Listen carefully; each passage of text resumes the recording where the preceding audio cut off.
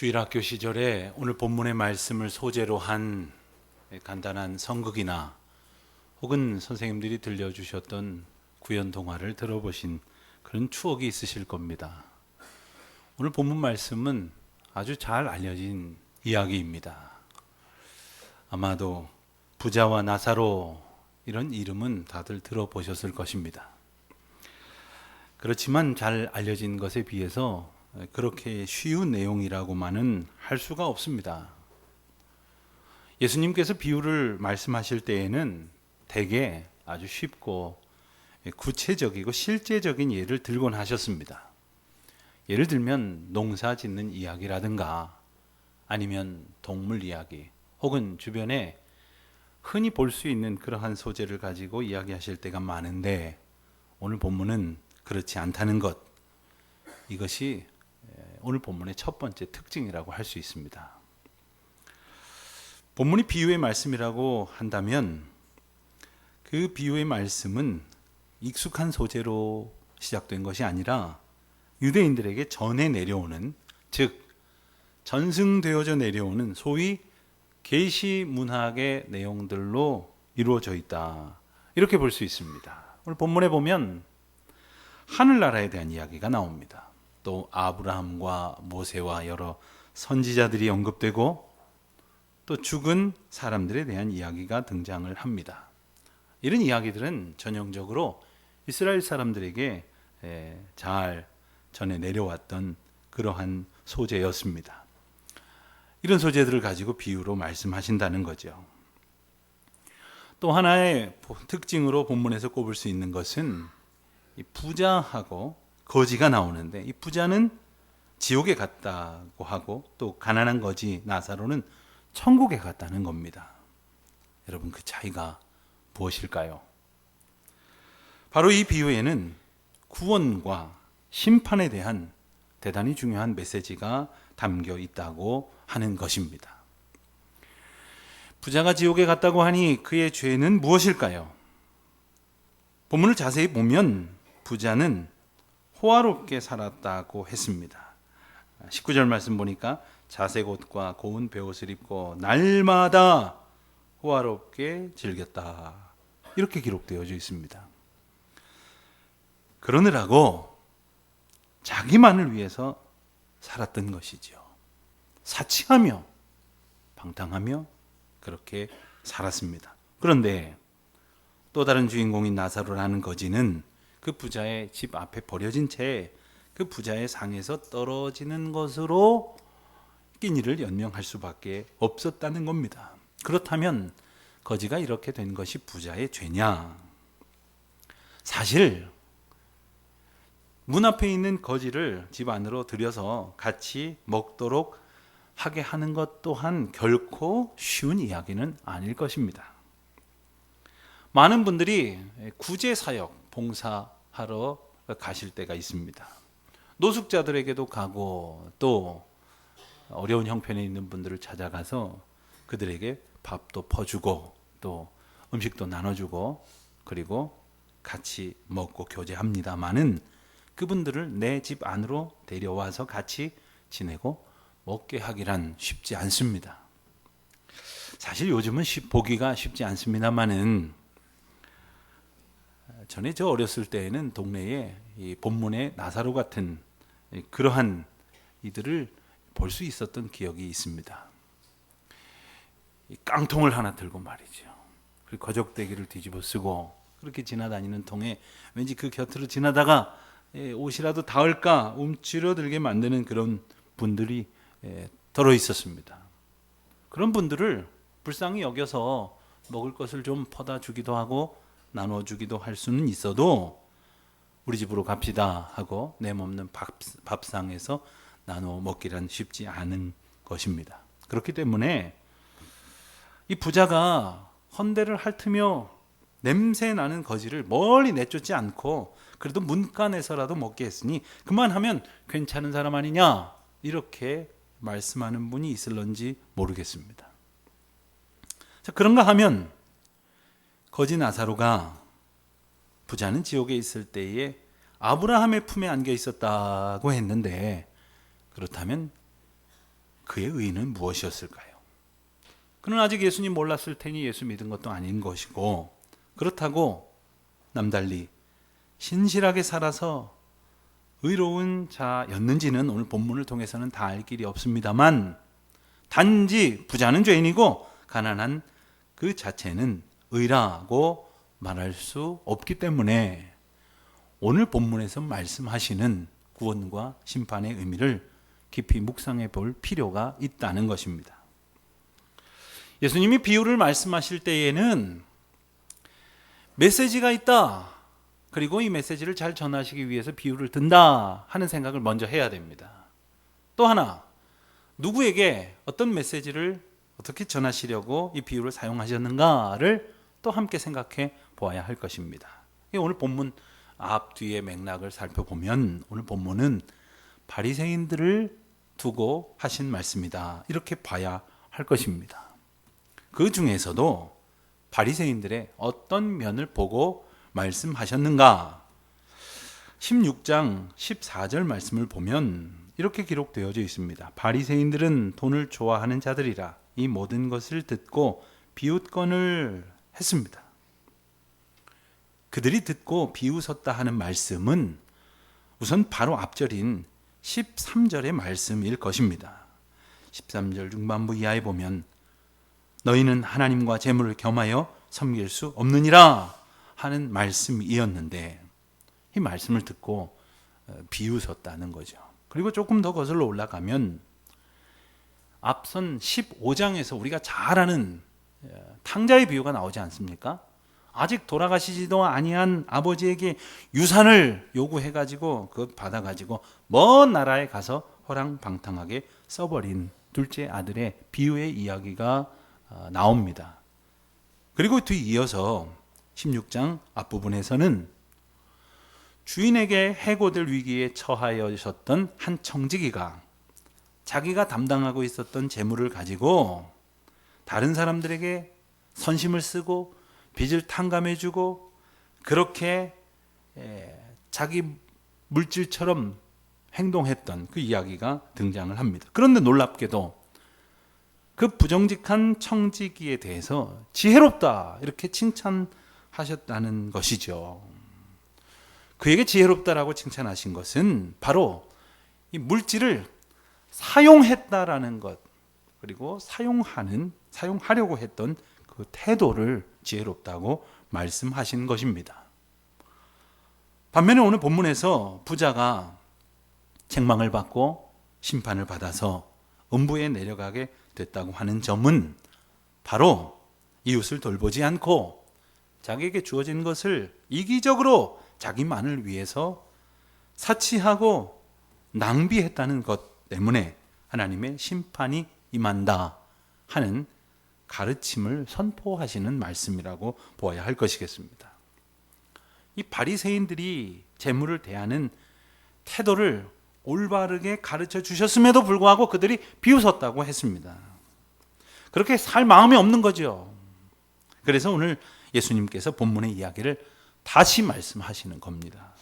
돈만 좋아하고 그러면서도 경건한 척하고 거룩한 척하고 위선적으로 살고 회개하지 않은 채 이기적이고 교만한 바리새인들, 또 그와 같은 욕망에 사로잡혀 살아가는 모든 인생들에게 너희도 이 부자와 같다 이렇게 경고하시는 말씀이 바로 오늘 본문입니다.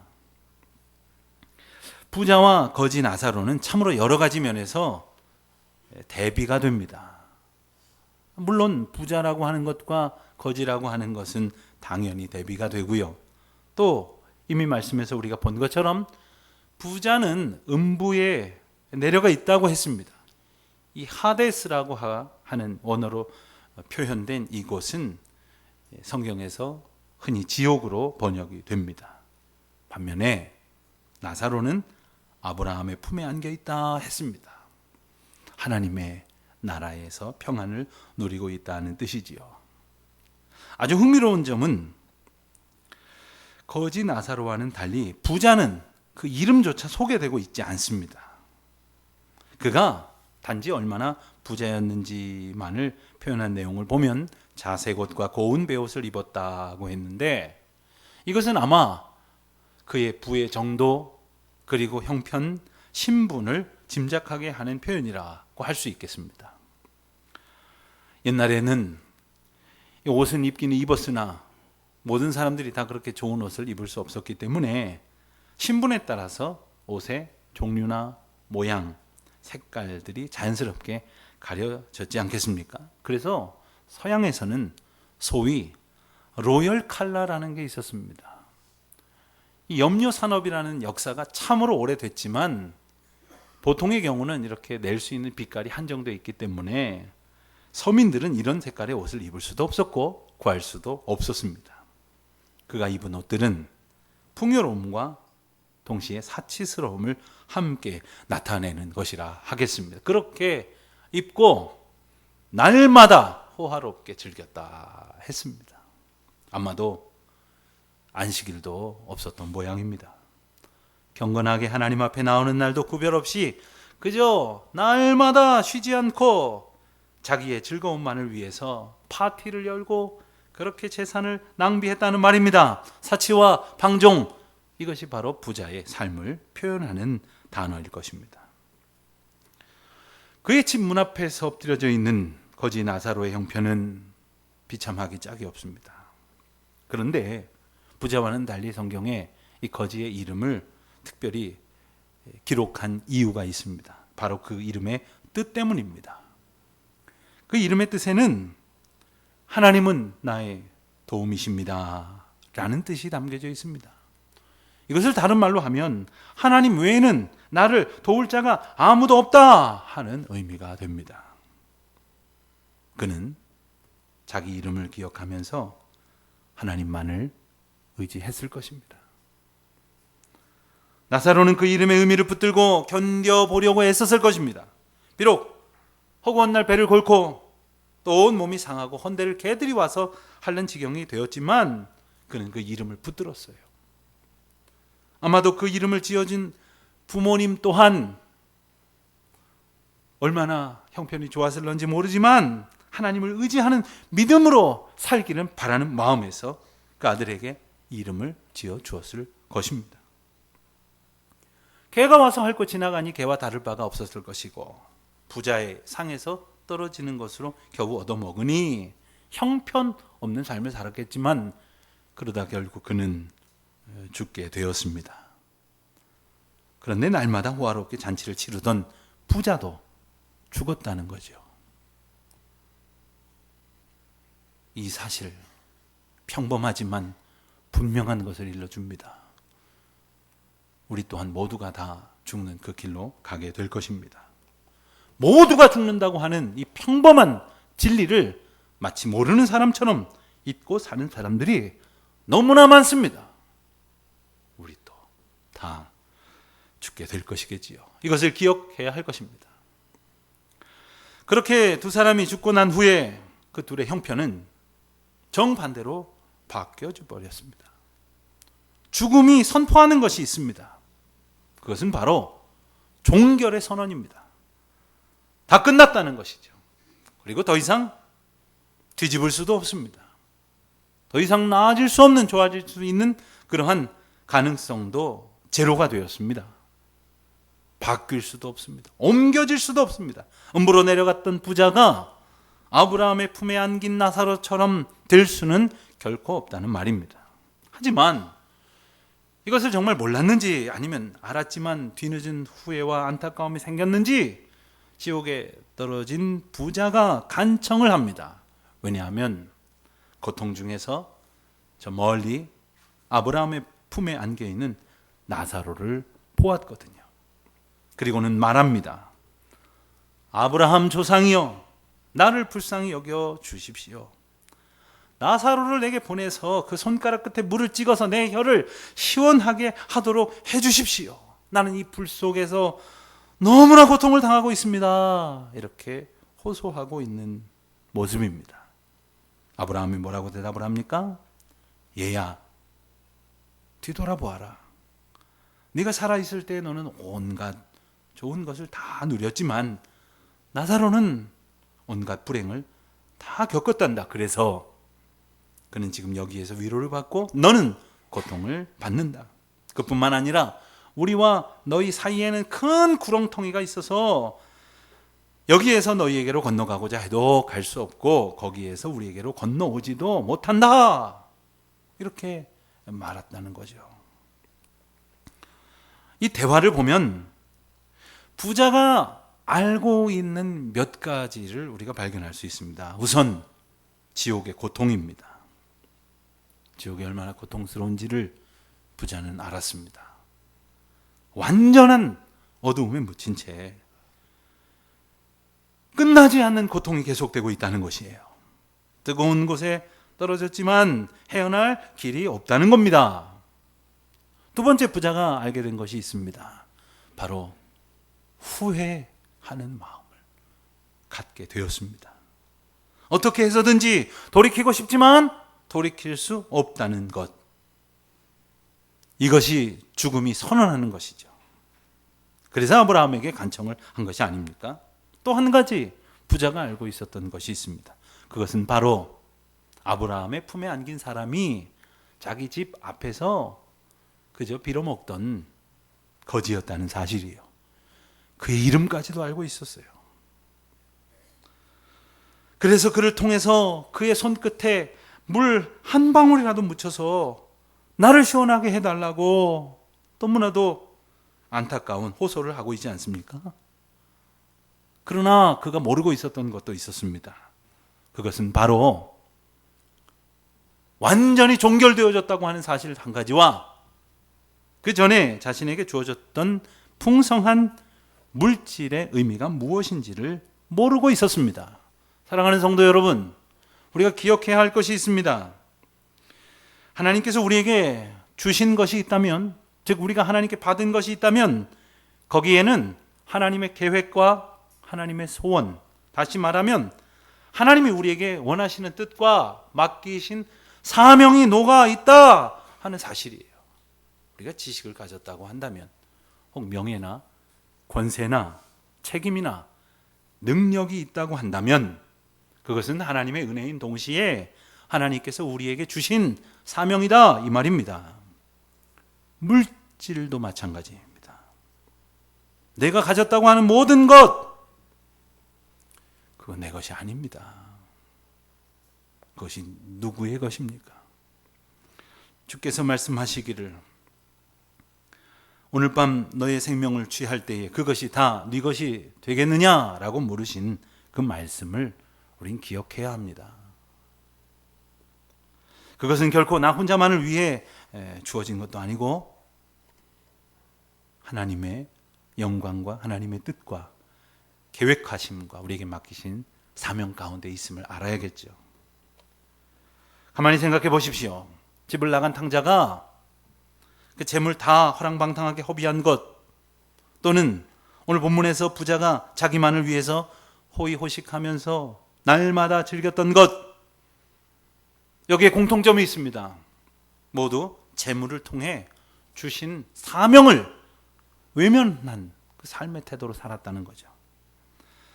그렇게 살고 있었던 바리새인들이 예수님의 말씀을 듣고도 비웃었다는 거예요. 이것이 바로 패망의 시작입니다.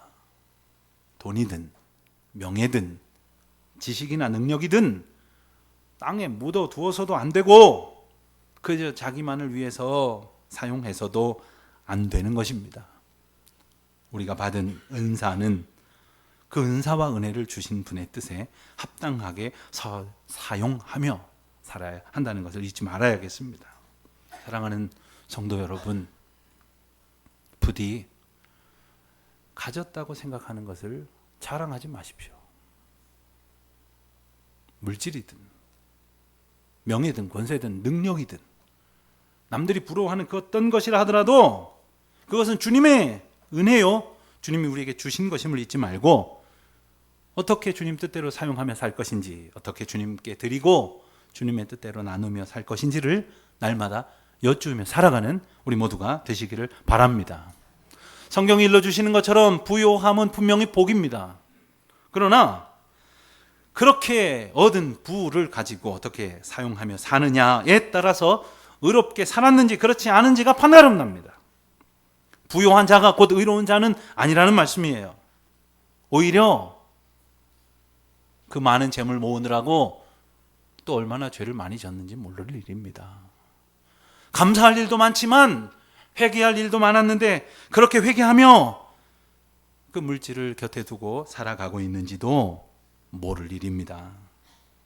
그러니 무엇이든 더 가지게 될수록 또 이루어갈수록 겸손한 마음으로 기도하는 우리 모두가 되어야 할 것이겠습니다.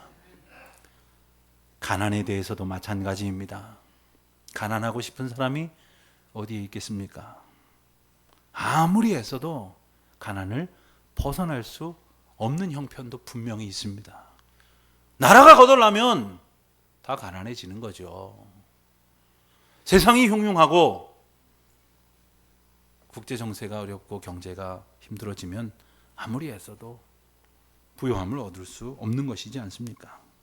하지만 이 모든 것도 주님의 뜻 가운데 있다는 것을 우리가 겸손히 기억하며 기도해야 합니다.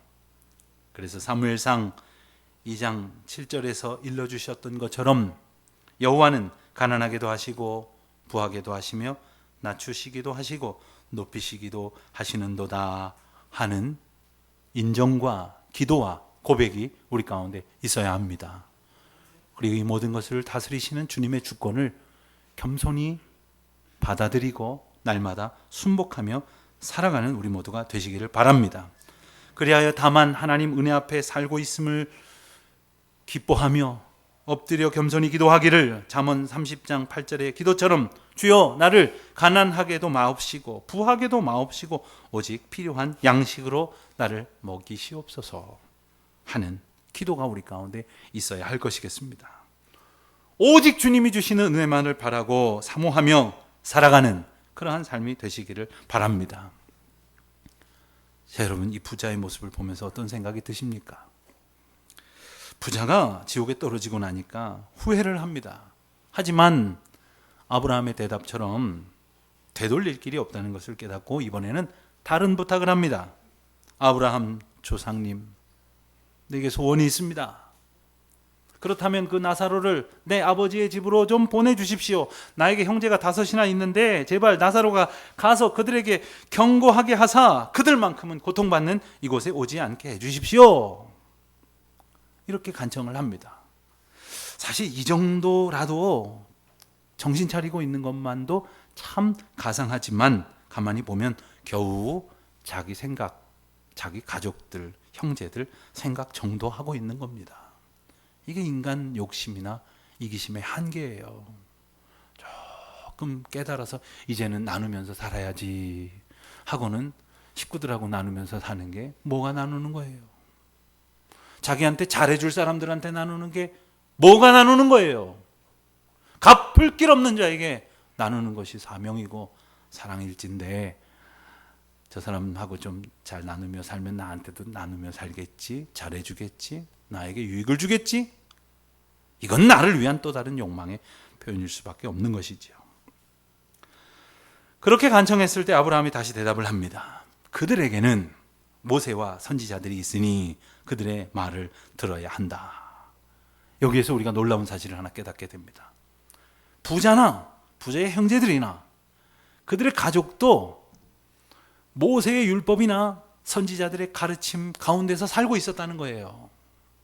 율법을 알았다는 거죠. 말씀을 알았다는 겁니다.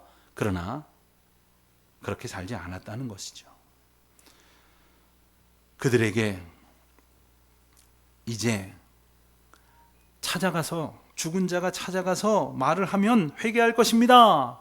이렇게 부자가 말했을 때에 아브라함은 모세와 선지자들에게 들어야 할지니라 이 말씀을 일러주신 이유가 뭡니까? 하나님의 말씀으로만 우리가 깨우쳐질 수 있다는 것이죠. 본문의 이 부분을 보면서 아마 많은 분들은 찰스 디킨스의 소설 크리스마스 캐럴을 떠올리셨을 것 같습니다. 우리가 잘 아는 이야기죠. 구두쇠 수전노 스크루지 영감의 이야기입니다. 크리스마스 이브가 다가왔는데 그는 크리스마스가 못마땅해요. 하루 쉬는 바람에 일을 못하게 되어가지고 돈을 더 벌지 못하여서 기분도 나쁘고, 또 사람들이 찾아와갖고 당신은 돈이 많으니 크리스마스니까 기부를 좀 하십시오, 가난한 사람들에게 선물을 하십시오, 이런 소리 하니까 마음이 내키지 않았습니다. 심술만 가득했습니다. 그날 밤 스크루지 영감이 잠을 자는데 꿈에 그와 동업을 하다가 7년 전에 이미 죽은 말리의 유령을 만나게 됩니다. 그에게 이끌려서 자기 자신의 과거와 현재와 미래의 모습을 보게 되었습니다.